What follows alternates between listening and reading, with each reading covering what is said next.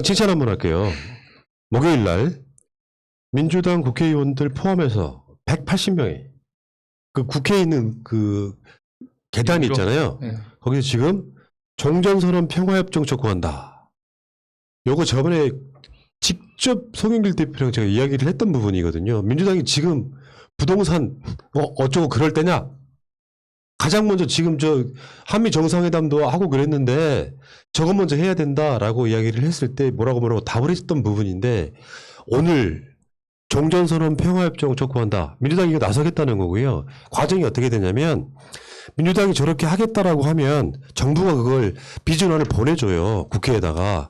그럼 국회에서 그걸 비준해 주는 건데 민주당만 뭐 정의당, 열린민주당 해가지고 일방적으로 통과시킬 수 없으니 국민의힘도 동참하라. 지금 이제 시동을 건 거죠. 민주당 이거 칭찬해드리고 싶어요. 이거 굉장히 잘하는 겁니다. 엄청 잘하는 행동인 거죠. 어쨌든 이것을 약간 뭐 민주당 입장에서는 이런 걸 좀 그동안의 느낌에서 봤을 때는 회피? 괜히 어설프게 했다가 또 언론한테 또 지탄을 받을 것 같은 몸살림이 없잖아 있었는데 일단 이런 것을 먼저 시작을 했다는 것 자체는 얼마 남지 않았지만 대통령의 임기가 그 안에 뭔가 충분히 성과를 낼 수 있지 않을까 생각하고 있습니다. 근데 이제 이 종전 선언 같은 경우는 대한민국은 일단 할 수가 없잖아요. 미국하고 북한하고 휴전 당사자가 아니기 때문에 할 수가 없는 상황이어서 이렇게 국회에서 종전 선언을 촉구하고 하는 것이 우리가 비록 우리가 스스로 할 수 없는 부분이지만 이런 움직임이 있어야 미국도 어떻든 간에 전쟁의 당사자는 한국이 아니지만 한국에서 전쟁이 벌어진 일이기 때문에 한국의 입장을 충분히 고려하겠다라고 생각을 할 것 같은데 이렇게 주도적으로 종전선언을 하지 않으면 뭐 미국 입장에서는 얘네들도 원하지 않나라고 오해할 수 있어서 그렇기 때문에 종전선언을 빨리 하고 그 다음에 이제 평화협정으로 나아가야 된다. 그래야 이제 북한 같은 경우도 핵 개발을 뭐 포기할 수 있는 것이지 전쟁 상태인데 핵 개발을 계속 하려고 하는 의지를 가질 수밖에 없잖아요. 그래서 아주 적절한 조치고 잘한 일이다. 그러니까 저는 조금 세련된 정치가 이렇게 아젠다를 먼저 선점하는 거라고 생각합니다. 정치권에서. 그러니까 지난번에 송영길 대표가 맨 처음에 민주당 그 12명 해당 국회의원에 대해서 탈당이나 출당을 공고했을 때 그러면서. 우리 진영에서 반발도 있었지만 저는 그걸 통해서 국민의힘을 도덕적으로 압박한 것이고 국민 여론을 환기시켜서 국민들이 국민의 힘을 압박하게 만드는 그렇죠. 결과가 지금 이어지고 있다고 생각하고요. 그다음에 지금 국회의원들이 지금 평화협정 그다음에 종전선언에 대한 이런 피켓팅을 한 것 자체는 야당에 대한 압박. 그러니까 너희들 이거 왜 안 하냐라고 공격한 대신에 욕한 대신에 자연스러운 압박 과정으로 이어지는 아주 좋은 정치의 예라고 생각하고요. 그다음에 정치다. 미국에 대한 압박도 동시에 된다고 생각합니다. 그러니까 미국이 한반도 문제 해결 의지가 있으면 그 단계가 있는데 그 단계에서 중간역쯤에 해당하는 것이 바로 종전선언이고 평화협정 하는 것이다. 그래서 우리는 당장 아까 말씀드린 그 주체가 될 수 없지만 우리의 관련된 현황이잖아요. 가장 중요한 문제, 우리 당사자고. 하지만 휴전협정의 주체가 아니기 때문에 이걸 미국이 빨리 해라. 근데 트럼프 있을 때까지는 그 우리나라 주한미군 사령관 중심으로 여기에 대해서 굉장히 그 반대하는 목소리, 현실적으로 군을 이용해서 압박하는 그런 모습이 있었거든요. 이인영 통일부 장관이 판문점 갔을 때 거기에 대해서 뭐 출입을 봉쇄한다든지 그런 싸가지 짓을 했었어요. 주한미군 사령관이. 하지만 지금은 이제 전향적으로 좀 미국의 태도 변화를 촉구하는 측면에서 굉장히 좋은 모습이라고 생각합니다. 네. 그러니까 지금 송영길 대표가 이제 대표로 이제 정부에게 남북 공동선언 비준안 요거 제출해달라 이렇게 공식적으로 요구를 한 거예요. 뭐 정부도 그게 준비가 돼 있겠죠 이제는. 이제 민주당이 하겠다고 나섰으니까. 이게 한번 20대 때 폐기된 사안이거든요. 폐기됐다는 게 폐결도 못 해보고 그냥 사라져버리는 거예요. 근데 이게 남북관계를 발전시키는 첫 발짝이 된 거죠. 이거 하나가 만들어지면서 다시 말씀드리지만 혹시나 뭐 정권 교체까지 아니더라도 정부가 바뀐 상황 있잖아요.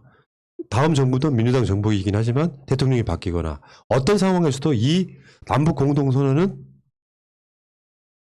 지켜내야 된다라고 하는 국회의 약속이니까 이 부분에 있어서는 민주당이 오랜만에 굉장히 좀 답답했던 부분을 아까 황 작가의 말씀처럼 이렇게 아젠다를 선점해 가면서 끌고 와야 되고 그러면 어떻게 되겠습니까?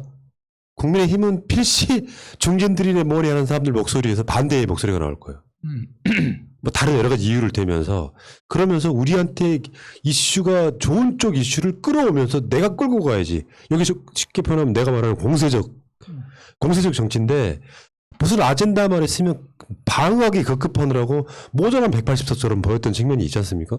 이런 면에서는 오늘 이건 굉장히 잘했다 이렇게 칭찬을 드리고 싶고요. 지금 성김 그 대북 특별대표가 드디어 이제 한국에 와요. 저번에 그 한미 정상회담 할 때 즉석에서 일으켜 세워가지고 성김을 이 대북 특별대표로 임명합니다. 이 이야기 했던 바로 그분이 이제 한국에 19일 날 오는 상황인데 이야기는 그런 거죠. 성김이 왜 오는 거냐. 뭐 단순히 대통령 만나러 오지는 않을 거다. 성김 대북 특별대표가 한국으로 온다는 것은 대략적으로 판문점에서 북한 당국자를 만날 가능성이 있다. 뭐 우리 같은 사람들한테는 그런 것이 궁금증일 수밖에 없잖아요. 성김 대북 특별대표가 오는 것은 아마도 지금까지 그 트럼프랑 김정은 만난 이후에 북한하고 미국하고 정상회담이 없었는데 저번에 이제 문재인 대통령 미국 갔다 와가지고 바이든도 어떻든 간에 그 트럼프가 했던 것들 다 있겠다고 말씀을 했잖아요. 근데 그런 측면에서 그걸 실질적으로 실현하고 물밑에서 미국 대통령하고 김정은하고 만남을 조율하기 위해서 오는 것이 아닐까라고 조심스럽게 한번 짐작해 봤습니다. 너무 나갔습니까? 너무 아니, 그랬으면 나갔고요. 좋겠다. 그 전 단계가 좀 선행돼야 됩니다. 그러니까 지금까지는 그 미국의 옛 국무장관 누구죠? 이름이 제가 갑자기 생각 안 나는데 트럼프 때 국무장관. 이따가 쳐 내가 생각해낼게. 폼피오. 폼페이오. 폼피오가 좀 많이 왔었고 그다음에 그 부장관이 많이 왔었는데 지금 성김이 그 북한 문제에 관련된 정권 대사거든요. 하지만 지금 인도네시아 대사도 겸하고 있는데 인도네시아와 그 미국은 외교적 현안이 별로 없습니다. 그러니까 옛날 70년대는 그 제3지대에서 인도네시아가 가장 강력한 뭐 나라였지만 지금은 그래서 인도네시아 대사는 그냥 타이틀인 것 같고 그 남북 문제 그다음에 북미 문제에 집중할 것 같은데 저는 이제 판문점에서 북한 접촉 가능성이 있다. 이 얘기는 저는 약속이 좀 있다고 생각해요. 북한하고. 그러니까 그럼 성김은 누구를 만났을까? 우리나라 오기 전에 아마 미국 주재 유엔 대사와 좀 협의를 했겠죠. 그래서 우리가 이러이러한 안을 가지고 있는데 북한의 의향이 어떠냐. 그럼 북한에서 여기가 우리가 외교적으로 이걸 좀 협의할 의사가 있다. 이걸 확인하고서 그 상징적으로 지금 판문점에서 어느 정도 일정 수준의 회담을 하지 않을까. 그런 기대를 좀 합니다. 그리고 지금 북한이 어제 그 제3차 올 전원대회를 하면서 노동당 전원대회를 하면서 식량이 부족하다는 얘기를 했거든요. 대외적으로.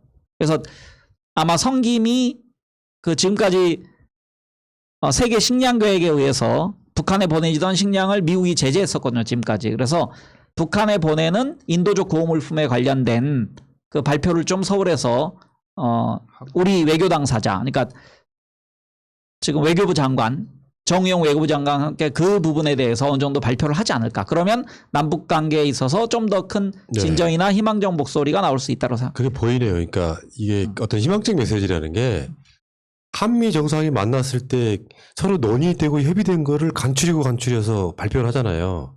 근데 발표를 못하는 것들도 있어. 북한의 반응을 모를 때. 그래서 나중에는 이런 식의 특사 비슷한 형식으로 지금 특사까지는 아니더라도 미국 행정부의 북한 담당자가 한국에 오는 이유는 새로운 걸 문 대통령과 논의하기 위해서는 아닐 거잖아요. 말하자면 바이든이 보낸 특사일 가능성이 되게 높아 보이고 한미 정상회담 때 발표했던 것들에 대해서 북한이 공식적으로 나쁘게 비평한 적도 없으므로 뭔가 북한하고 만날 약속을 해놓고 오는 게 아니냐라고 희망 섞인 전망을 하는 것이 결과적으로 저는 도움이 된다고 생각해요. 그게 아니라고 할지라도. 그 조율은 이제 주미 대사 및 대사관에 있는 박지원 원장의 일종의 부하죠. 그러니까 국정원 직원이지만 주미 대사관에 파견돼 있는 사람이 아마 조율을 많이 했을 겁니다. 그리고 굉장히 고위급 국정원 직원이 주미 대사관에 근무할 것이고 그럼 그 주미 대사관에 있는 그 공사로 가 있는 분의 역할은 뭐냐? 북한 측 그 미국 주재 유엔 대사와 그쪽 직원하고 협의하는 것이고 또 성김 대표 등과 협의하는 것이고 어느 정도 조율이 된 상황에서 지금 왔다라고 볼 수 있다. 특히 그 언어적으로 장벽이 없는 성김 대사와 대화하는 것은 그 전에 그 국무부에 있는 우리 그 북한 문제를 담당하던 미국인들과는 좀 한 차원 다른 깊이 있는 속내를 빠른 속도로 얘기할 수 있어서 저는 그 1년 사이에 앞으로 급진전이 있을 가능성이 크다고 생각합니다. 근데 여기는 이제 정권의 연속성이 담보가 돼야 되는 측면도 있거든요. 문재인 정부가 정권을 연장해내는 측면까지 다 연결이 되어 있어서 굉장히 중요한 사안 중에 하나다. 그 성김은 원래 서울에 태어났어요. 그 성김 아버지가 김대중 대통령 납치됐을 당시에 주 일본 대사였습니다. 일본의 공사쯤 됐고요. 네. 근데 이제 이 성김의 아버지는 이제 돌아가셨고 엄마가 미국으로 가면서 지금 국적이 미국인 상태거든요. 성김의 엄마의 남동생이 임태근 씨라고, 임재범 아버지, 손지창 아버지, 뭐 요런 구조가 있는 거예요. 사촌지간이에요. 네. 그런 관계가 있는데, 그러니까 그 미국에서 태어나가지고 미국 말밖에 모르는 그런 사람은 아니에요. 국적이 미국 사람일 뿐이지. 뭐 한국어는 뭐 꽤 잘하는 거예요. 아마 이름이 김성룡이가 그렇죠. 아니 그리고 그 사모님이 우리나라에서 대학을 졸업한 분이에요.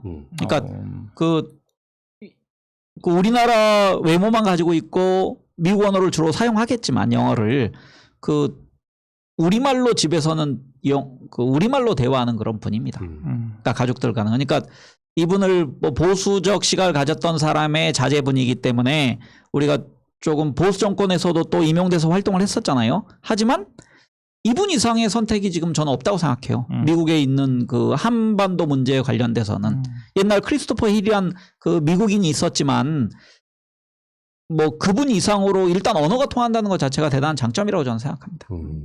아무튼 이분이 지금 이제 한국에 오고, 그런데 문 대통령은 지금 그 G20 이후에 정상회담 등을 하면서 우리는 이제 뭐 환영식을 성대하게 했다라든지 약간 말초적 이슈에만 이야기했지만 중간중간에 보도를 어떻게든지 보면요, 문 대통령이 교황님 북한 가시는 이야기 굉장히 많이 하고 다녔거든요.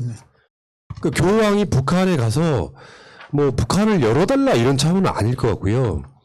교황이 북한을 방문하게 되면 북한 자체의 체제 보장에 대한 그 국제적인 관심도가 높아지는 거거든요. 쉽게 표현하면 교황이 북한을 보증하는 상태가 돼서 북한 입장에서는 사실 뭐 여러 가지 뭐 제재 해제라든지 여러 가지 문제가 있겠지만 결국에는 체제 보장이 가장 시급한 문제 중에 하나이기 때문에 교황님 빨리 가세요 하고, 이번에 이제 대주교 한 번 더 교황 측의 장관이 됐기 때문에 그렇게 저렇게 보면 남북 관계가 잘 맞아 떨어지고 있는 측면이 분명히 있어요.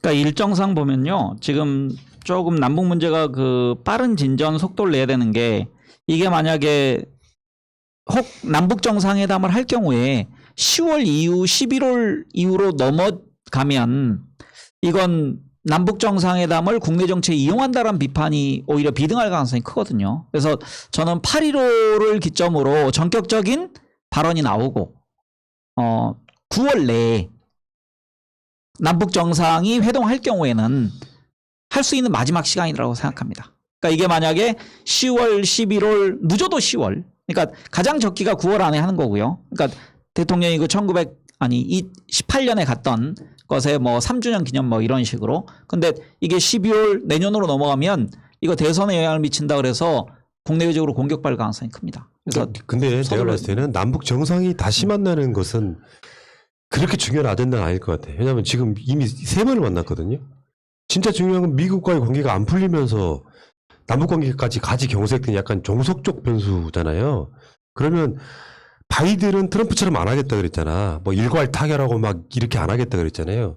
그러니까 김정은 위원장이 요구하는 것들을 바이든 대통령이 받아주면서 결국엔 북한 비핵화 부분은 미국의 결단이 굉장히 중요하지 않습니까? 나머지 유엔은 미국의 어떤 결단에 대해서 거수기 역할을 할 가능성이 높아서 이 탑다운 방식까지는 아니더라도 바이든 자체가 트럼프하고 다른 것을 진정성을 보여주는 가운데 나는 그 북미가 만나는 정상회담도 큰 의미가 없다고 생각해요. 지금은 북한 입장에선 체제 보장하고 제재 해제에 대한 부분을 트럼프 때하고 완전히 다른 형태로 내어주면서 그게 잘 풀렸을 때 어떤 문제를 풀기 위해서가 아니라 지금 국회에서 송영길 대표가 민주당이 판문점 비준 선언을 하자는 것이 이 시점에 나온 이유를 생각해 보면 상당 부분 이게 진척되어 있다라고 저는 보는 거거든요. 왜냐하면 북한 인민들 입장에서는 그 남북 연락사무소를 폭파했을 때 시원하면서도 씁쓸했다는 거잖아요. 그렇게까지 남북 통일이 금방 될 것처럼 했는데 하나도 안 풀렸어. 트럼프가 김정은을 갖고 놀아버린 거잖아요. 그러니까 남한에서 뭐 하냐? 두 번이나 만나가지고 4.27, 9.19 선언을 했는데 이 과정에서는 실질적 조치가 없다면 그 모든 것들은 불가능한데 우리가 예상해 볼 수 있는 것 중에 국회에서는 남북 공동선언 비준하고요. 그리고 북한하고 미국 사이에 최소한 종전협정 정도 하고요. 그 과정에 거의 동시에 북한 제재 해제라든지 비핵화에 대한 부분을 가시적으로 한 발이라도 좀 나가게 만들고요. 이런 정도를 동시다발적으로 해나가야 되지 않느냐 이런 생각을 해보는 거죠. 남북관계에 대해서는 정말 목이 말라 죽겠어요. 이 말씀하신 것처럼 그런 것들이 동시다발적으로 이루어지고 있는 모습이 보이고 이제 또 교황께서 계속 방북을 했으면 좋겠다고 문재인 대통령께서 계속 말씀하시는 이유는 이제 역대 대통령님 중에서 일단 무조건적인 통일을 말씀하셨던 분도 계시지만 문재인 대통령이 처음으로 평화가 우선이다라는 말씀을 하신 걸로 알고 있거든요. 그리고 그렇다고 보면 교황님이 방북을 했으면 좋겠다고 말씀하시는 취지는 교황이 북한에 들어감으로써 한반도의 평화 정책의 시발점이 될 수 있다라고 평가하시기 때문에 그런 것 같고 사실 비핵화하려면 전쟁 중인데 핵무기를 안 만든다고 할 수가 없잖아요. 그러면 결국은 미국하고 북한하고 종전협정을 해야 되는데 국회에서 6.15 평화선언 인준하고 성기님도 와가지고 트럼프랑 문재인 대통령 했던 것들 인정한다고 하고 이런 전체적인 틀 속에서 보면 정말로 정상회담이 그 즈음에 이루어지지 않더라도 미국에서 정말 종전선언을 할 수도 있겠다 이런 생각을 좀 하게 됩니다. 그러니까 어쨌든 지난주에 박지원 국정원장께서 지금 뭔가 지금 이루어지고 있는 것 같은 화답을 하셨잖아요. 그러니까 거의 뭐 그런 발언을 하셨고, 그리고 이번에 성김이 방한을 하고 또 문재인 대통령께서 교황 관련해서 방북을 한번 해주셨으면 좋겠다라고 한 것들이 이렇게 계속 이어지고 있는 거 보면은 뭔가가 긴밀한 얘기가 계속 지금 밑에서는 오고 가고 있고 그 내용들이 나쁘지 않은 것 같다. 만약에 내용들이 불협화음이 있거나 뭔가 문제가 있다라면 성김이 오거나 하진 않을 것 같아서 좀 기대해 볼 만하다 생각하고 있습니다. 자, 이런 이야기를 우리 지평선 씨가 이해할 수 있을까요? 난 그렇게 보거든요. 왜냐면 우리 같은 사람들은 남북관계를 계속 지켜보고 있고 계속 그걸 주제로 이야기해왔던 사람들인데 이 지평선 씨 같은 사람들이 예를 들면 저번에 그게 괘씸하게도 한미 정상회담이 걱정이다 이런 워딩을 했잖아요. 남북 관계에 대한 어떤 생각, 저번에 조국 장관의 페이스북에서 봤던 것처럼 김대중 대통령 도서관에 가서 6.15에 대한 생각이 뭔지 밝힌 사람이 아니에요. 지평선하고 그 성찰이라는 단어만 남기고 돌아오셨잖아요. 근데 그게 대통령이 알거나 이해하고 있어야 될 수도 없이 많은 아젠다 중에 하나일 뿐이잖아요. 이게 수업이 돼 있을까요? 또 어떤 교수 만나서 한두 시간 공부하고. 아니, 그러니까 극우 쪽에 지금 기대고 있잖아. 남북관계를 방해하는 것에 가까운 조선 동아 출신 기자들 임명해서 그러고 있잖아요. 윤석열이 아까 말한 뭐 차별금지법도 마찬가지겠지만 남북관계에 대해서 전향적인 입장을 밝힐 수 있겠습니까? 보수 세력들 입장에서는 이런 거거든. 우리가 압도적인 힘을 바탕으로 무력 통일하자. 그 한무더기가 있고 남북관계가 좋아지더라도 6.25와 천안함 사건은 사과를 받아야 된다고 주장하는 결국에는 한 발짝도 못 나갔던 게 저쪽 사람들이 그런 논리거든요. 근데 지금 윤석열이 여기에 대해서 입장을 밝힐 만한 철학이 있을까요? 난 이준석은 그게 가능하다고 보는데 윤석열은 힘들다고 보는 거야. 윤석열은 못할 겁니다. 정리가 안 됐기 때문에 자기 철학이 정리가 안 됐기 때문에 못할 것이고요. 그리고 자신감이 없어서 못할 겁니다. 왜냐하면 지금 자기가 1등 나오고 있지만 정치적인 언어를 통해서 1등 나온 게 아니거든요. 정치적인 언어를 통해서 나온 게 아니기 때문에 자기가 정치적인 언어를 던지는 순간 이게 이제 뭐 지지하는 사람도 빠질 것이고 막 이 복합적으로 움직이기 때문에 섣불리 말씀을 못 하는 거죠. 그렇기 때문에 사실은 계속 밖에서 막만 보고 있는 것 같다. 또 윤 전원 하겠죠. 그러가서 분위기 좋으면 자기가 했다고 그러고 분위기 안 좋으면 나 그러면 안 했다고 하겠죠. 그러니까 이게 그 과외란 형태의 공부를 통해서 익힐 수 있는 것과 내가 직접 체험해서 국정과제 한두 개를 그 내가 고민하고 거기에 대한 대안을 모색하고 해법을 찾아보는 것은 큰 차이가 있는데 그렇죠. 이번에 스페인 그 대통령 공식 환영식 그 의장대 사유라는 데서도 볼 수 있듯이 거기에 제가 눈에 띈 게 그 홍영표 의원하고 박주민 의원도 거기에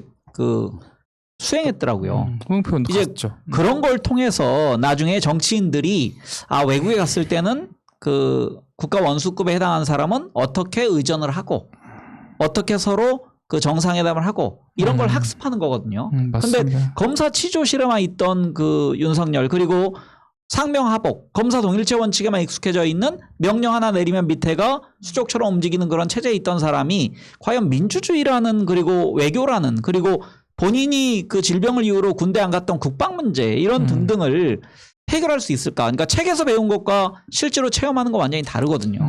그래서 그러니까 그 문제가 앞으로 노정될 거라 생각합니다. 달리 보면 이런 거예요. 책을 많이 읽는 주민센터의 주사님이 윤석열보다 나은 공무원일 수 있어요. 훨씬 낫죠. 네. 그러니까 이게 그 사람들이 패턴이 있잖아요.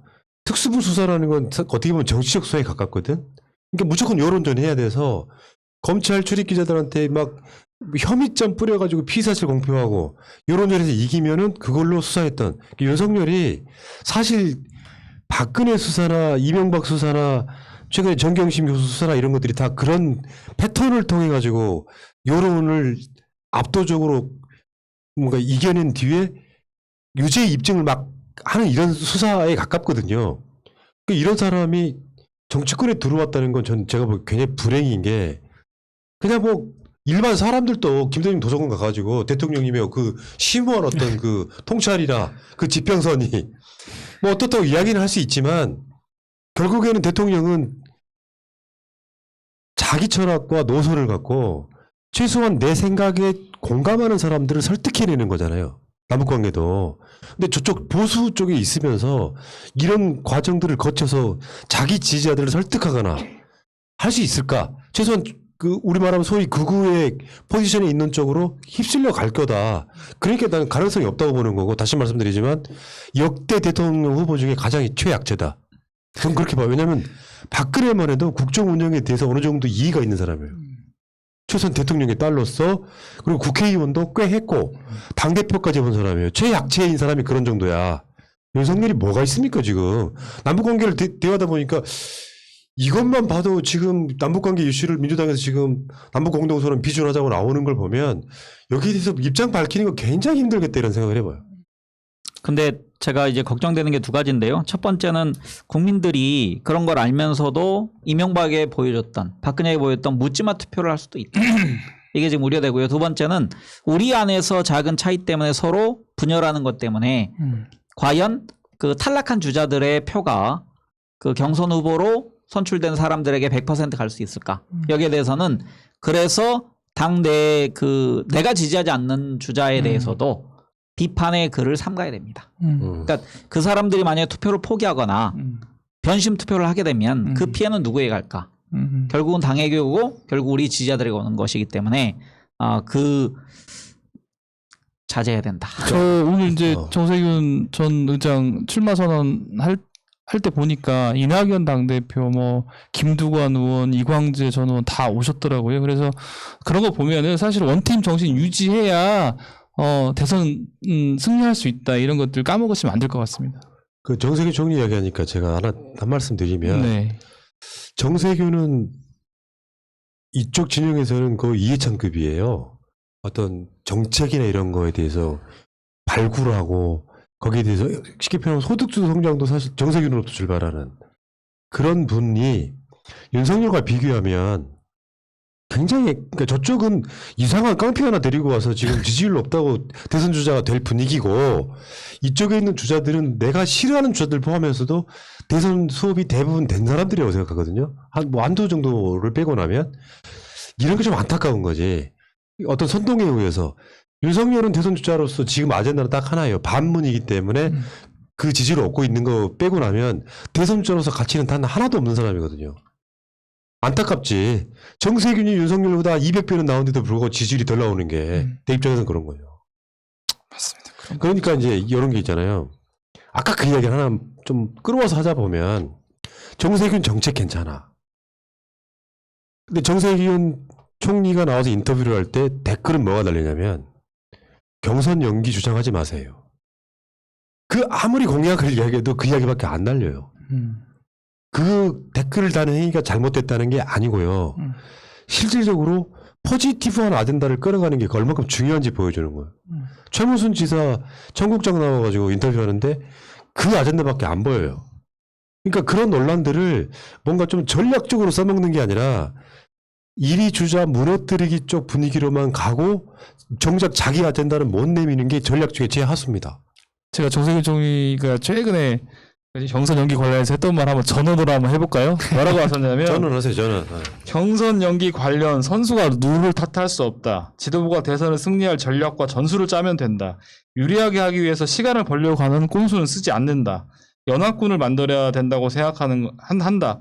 혼자서 잘난 채 하는 것처럼 소탐 대실할 수 없다. 결국은 사필 규정이다. 최선을 다해서 뛰고 원칙을 세우는 게 중요하다. 브라보. 네. 아니 저는 정세균 이런 총리 말씀을 평소 하셨는데. 네. 평소 그 지금까지 거쳐온 정책 소신을 보면 충분히 그러실 네, 분이라고 네. 생각하고요.